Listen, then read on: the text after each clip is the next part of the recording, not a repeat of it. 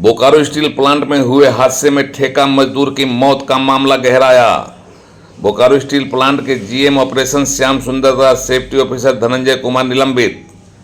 ठेका श्रमिक विनय कुमार ने बोकारो जनरल अस्पताल में तोड़ा दम। ब्लास्ट फर्नेस के मैकेनिकल में काम करने के दौरान गिरकर झुलस गए थे ठेका श्रमिक विनय कुमार।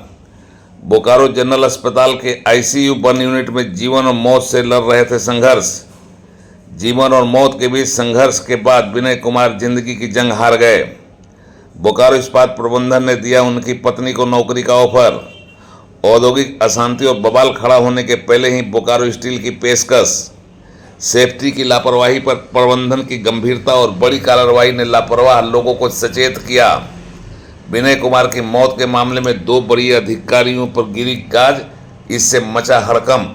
बोकारो स्टील प्लांट के ब्लास्ट फर्नेस मैकेनिकल में काम के दौरान गिरकर झुलस जाने से ठेका श्रमिक विनय कुमार की मौत हो जाने के बाद बोकारो स्टील प्लांट प्रबंधन ने उनकी पत्नी को या उनके द्वारा नामित किसी आश्रित को नौकरी देने का ऑफर दे दिया है। बोकारो स्टील प्लांट के महाप्रबंधक प्रभारी बीएम बख्शी के हस्ताक्षर से बोकारो स्टील प्लांट में अस्थायी नौकरी देने का ऑफर दिया गया है। इस तरह का ऑफर देकर बोकारो स्टील प्लांट प्रबंधन ने प्लांट में हंगामा या औद्योगिक अशांति की उत्पन्न होने वाली परेशानी को टाल दिया है।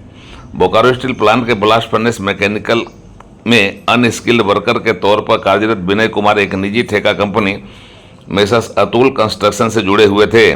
वे काम करते वक्त गिरकर हॉट मेटल वाले नाले के संपर्क में आ गए और बुरी तरह से झुलस गए थे।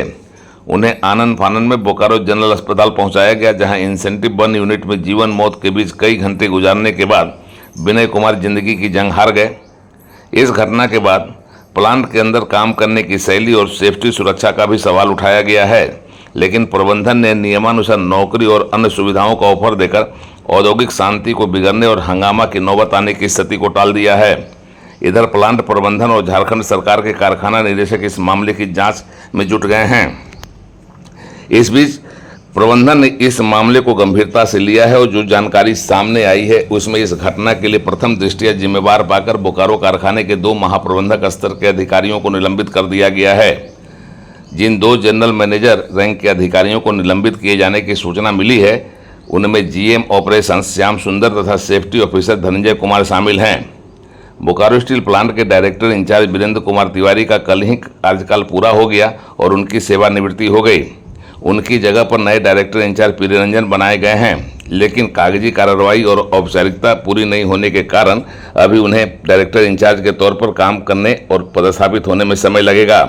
फिलहाल राहुल केला के डायरेक्टर इंचार्ज आलोक वर्मा को ही बोकारो स्टील प्लांट का डायरेक्टर इंचार्ज का अतिरिक्त प्रभार दिया गया है। इस अवधि में बोकारो स्टील प्लांट को जानने समझने के लिए पीरी रंजन को प्लांट का अधिशासी निदेशक संकार्य बनाया गया है। वे बोकारो पहुंच भी गए हैं।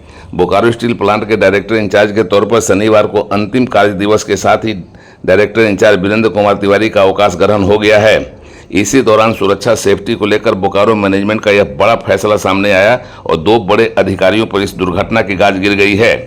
2 जनरल मैनेजर रैंक के अधिकारी निलंबित कर दिए गए हैं। हालांकि इसकी पुष्टि नहीं हो पाई है आधिकारिक तौर से, लेकिन यह बताया जा रहा है कि शून्य दुर्घटना लक्ष्य को लेकर आगे बढ़ रहा बोकारो स्टील प्लांट प्रबंधन में ऐसे हादसे से उसके प्रयास को धक्का लगा है और इस मामले में जिम्मेवारी तय कर कार्रवाई करते हुए मैनेजमेंट ने साफ संदेश दिया है कि सुरक्षा में लापरवाहियां बरतने वाले लोग सतर्क हो जाएं, वरना उन्हें नपते देर नहीं लगेगी।